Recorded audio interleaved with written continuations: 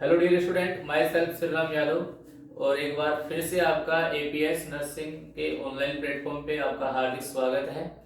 जैसा कि आपको पता है कि हर रोज शाम को 7 से 8 बजे के बीच में एमसीक्यू सेशन लेके आते हैं और उसके अंदर community health nursing, paediatric nursing और ओबी नर्सिंग से रिलेटेड टॉपिक डिस्कस करते हैं। जो अपकमिंग राजस्थान से उसका एग्जाम है उसके अंदर काफी हेल्पफुल रहने वाला है। तो उसी कड़ी के अंदर आज का जो अपना टॉपिक है उस टॉपिक का नाम है स्पेस में कम्युनिकेबल डिजीज और उसका जो पहला क्वेश्चन है वो आपकी स्क्रीन के ऊपर है। और पहला क्वेश्चन आज का है,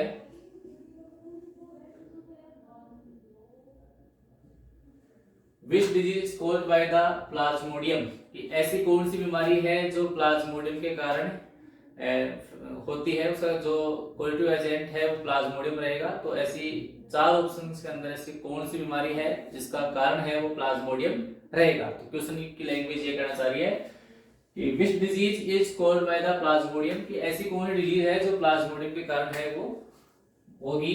तो पहला इसका जो ऑप्शन है वो है मलेरिया, कि मलेरिया है वो प्लाज्मोडियम के कारण होती है क्या। दूसरा है फ्लेरिया या फ्लेरियासिस, ये प्लाज्मोडियम के कारण होती है क्या। तीसरा ऑप्शन है जापानीज एनसेफेलाइटिस, इसको शॉर्ट फॉर्म के अंदर जेई के नाम से भी जानते हैं, जो एक प्रकार की वायरल डिजीज है। या फिर जापानीज एनसेफेलाइटिस, ये कोज होती है प्लाज्मोडियम से। फोर्थ ऑप्शन है काला आजार, काला आजार है वो प्लाज्मोडियम के कारण होती है क्या।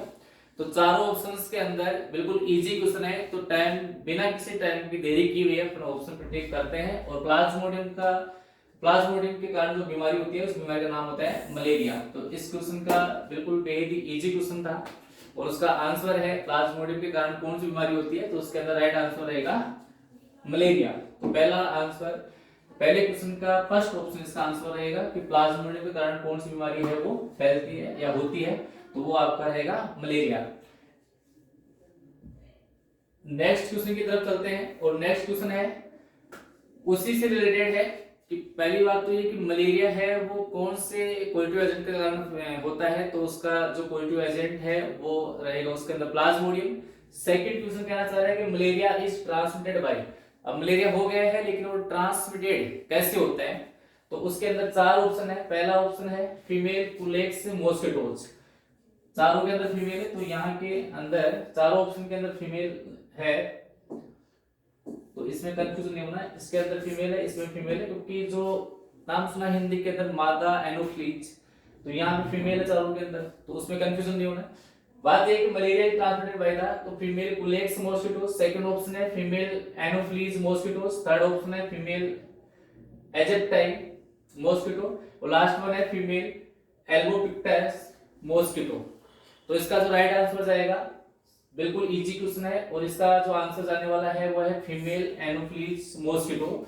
अब इसमें 3 ऑप्शन है और है जो नेक्स्ट क्वेश्चन के अंदर वो उसमें आ जाएंगे कौन सी बीमारी के अंदर है वो कौन सा इसमें ट्रांसमिटेड पार्ट रहेगा। तो malaria is transmitted by the female Anopheles mosquito, second question आज के सेशन का ये हो गया। उसके बाद नेक्स्ट क्वेश्चन की बात करते हैं, the bite of Phlebotomus argentipes transmit, the bite of Phlebotomus argentipes transmits, ये है रोगजनक और इसके बाइट करने से कौन सी डिजीज है वो प्रोड्यूस होती है, फिलोबोटोमस आर्जिनिटिपिज, इसके कारण है वो कौन सी डिजीज है वो प्रोड्यूस होती है। पहली कंडीशन है फिलेरियासिस या फ्लेरिया, सेकंड कंडीशन है मलेरिया, थर्ड वन है काला आजार और लास्ट वन है जापानीज एनसेफेलाइटिस, जेई जिसको अपन कहते हैं जापानीज एनसेफेलाइटिस। तो अगर फिलोबोटोमस आर्जिनिटिस के कारण ये अगर बाइट कर ले तो उस कंडीशन के अंदर जो होने वाली बीमारी है उसका नाम होता है काला आजार। कौन सी प्रॉब्लम होती है इसके अंदर, काला आजार। जो मलेरिया है उसका जो कारण है वो प्लाज्मोडियम हो गया, फिलेरिया या फिलेरियासिस है उसका लिम्फेटिक फिलेरियासिस, उसका रोगजनक हो गया, फिलेरिया का जो कारण होता है वो लिम्फेटिक फिलेरियासिस हो गया, जापानीज एनसेफेलाइटिस है उसका जेई हो गया, वायरल डिजीज है। तो यहाँ पे जो राइट आंसर जाने वाला है वो है काला आजार। नेक्स्ट क्वेश्चन की तरफ चलते हैं और क्वेश्चन है 4th नंबर का और उसके अंदर क्वेश्चन पूछ रहे हैं जेई मतलब Japanese encephalitis is transmitted by, जो जापानीज एनसेफेलाइटिस है वो किसके द्वारा ट्रांसमिट होता है, किसके द्वारा फैलता है। तो उसके अंदर पहला जो ऑप्शन है उसमें है कुलेक्स मॉस्किटो, कि जो कुलेक्स मॉस्किटो है उसके द्वारा फैलता है। दूसरा ऑप्शन है एनोफ्लीज, की एनोफ्लीज है उसके द्वारा फैलता है। थर्ड वन है एजिप्टाई, एजिप्टाई के द्वारा फैलता है। और फोर्थ वन है एडीज, कि एडीज के द्वारा ये ट्रांसमिट होता है। तो इसमें जो तीन ऑप्शन है वो अपने आप में एलिमिनेट हो रहे हैं। वो कैसे देखो, यहाँ पे जो एनोफ्लीज है, एनोफ्लीज वर्ड है वो यूज करेंगे अपन मलेरिया के लिए। जो फीमेल एनोफ्लीज है मॉस्किटो वो मलेरिया, उसको मलेरिया का एक ट्रांसमिटेड पार्ट है। उसके बाद में जो एजिप्टाई और एडीज है ये डेंगू वायरस के लिए होते हैं, डेंगू के लिए रेस्पॉन्सिबल होते हैं एजिप्टीज और एजिप्टाई, सॉरी एडीज और एजिप्टाई दोनों हैं वो डेंगू के लिए रेस्पॉन्सिबल होते हैं। तो जेई यानी जापानीज एनसेफेलाइटिस का जो ट्रांसमिटेड है वो किसके द्वारा होगा, कुलेक्स मॉस्किटो के द्वारा होगा। किसके द्वारा होगा, कुलेक्स मॉस्किटो के द्वारा होगा। तो इसका राइट आंसर रहेगा वो ऑप्शन नंबर ए रहेगा। उसके बाद में नेक्स्ट क्वेश्चन की बात करते हैं, और नेक्स्ट क्वेश्चन की जो लैंग्वेज है वो कुछ इस प्रकार से है, एडीज एल्बोपिक्टस ट्रांसमिटेड एक्सेप्ट। इसका जो क्वेश्चन है वो एक्सेप्ट का है, मतलब इसमें तीन आंसर, तीन ऑप्शन सही है और एक को आपको जो गलत वाला है उसको एलिमिनेट करना है, उसको बाहर निकालना है। तो क्वेश्चन कुछ इस प्रकार से है, एडीज एल्बोपिक्टस ट्रांसमिटेड एक्सेप्ट, मतलब इसमें तीन ऑप्शन सही है। मतलब जो एल्बोपिक्टस ट्रांसमिट होता है तीन के द्वारा, एक के द्वारा नहीं होता है। तो उसके अंदर एक जो ऑप्शन रहेगा वो कौन सा रहेगा, पहला ऑप्शन है कालाजार, ये इसमें नहीं रहेगा। जीका इन्फेक्शन ये नहीं रहने वाला, या फिर चिकनगुनिया ये नहीं रहेगा, या फिर डेंगू है वो नहीं रहेगा। मतलब जो एल्बोपिक्टस है उसमें तीन के द्वारा, वो तीन तो ट्रांसमिट कर रहा है, एक को नहीं कर रहा। तो एक्सेप्ट का क्वेश्चन है, तो यहाँ पे आपको एक है वो एलिमिनेट करना है। तो इसमें जीका इन्फेक्शन हो या फिर चिकनगुनिया जो वायरल है या फिर डेंगू है, तीनों का जो ट्रांसमिटेड तीनों डिजीज का जो ट्रांसमिशन होगा वो किसके द्वारा होगा, एल्बोपिक्टस के द्वारा होगा। और एल्बोपिक्टस वो मॉस्किटो है उसके द्वारा चिकनगुनिया हो या डेंगू हो या जीका इन्फेक्शन हो, जो जीका वायरस काफी चर्चित वर्ड है जीका वायरस, तो उसका तीनों जो प्रॉब्लम्स है वो आपको एल्बोपिक्टस के अंदर देखने को मिलती है। मतलब ये बाइट करेगा, तीनों प्रॉब्लम्स क्रिएट करेगा, चाहे जीका इन्फेक्शन हो, जीका वायरस का हो या चिकनगुनिया का हो या फिर डेंगू का हो। तीनों का जो रहेगा ट्रांसमिटेड वो कौन सा रहेगा, एल्बोपिक्टस रहेगा। तो यहाँ पे जो काला आजार है वो इसके अंदर राइट आंसर रहेगा, लेकिन तीनों को इसको इन्वॉल्व करते हुए ये गलत आंसर हो जाएगा। एक्सेप्ट का है इसलिए सही आंसर है, वैसे इस रेफरेंस के हिसाब से ये आंसर गलत हो जाएगा। तो एक्सेप्ट के हिसाब से ये क्वेश्चन सही है, मतलब आंसर सही है। तो एडिस एल्बोपिक्टस ट्रांसमिटेड एक्सेप्ट, तीनों के अंदर ट्रांसमिट होता है, इसमें नहीं होता। तो इसका राइट आंसर क्या जाएगा, काला आजार जाएगा।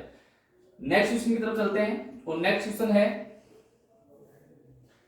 बिल्कुल इजी क्वेश्चन है, काफी बार एग्जाम के अंदर आया हुआ क्वेश्चन है, चाहे से वो स्टेट लेवल के एग्जाम्स हो या सेंट्रल लेवल के एग्जाम्स हो, बिल्कुल इजी क्वेश्चन है। हैंसन डिजीज किसको कहते हैं, जो हैंसन डिजीज है उसको किस नाम से, मतलब हैंसन डिजीज का दूसरा नाम और क्या है, या दूसरी डिजीज है उसका नाम हैंसन है तो वो क्या है।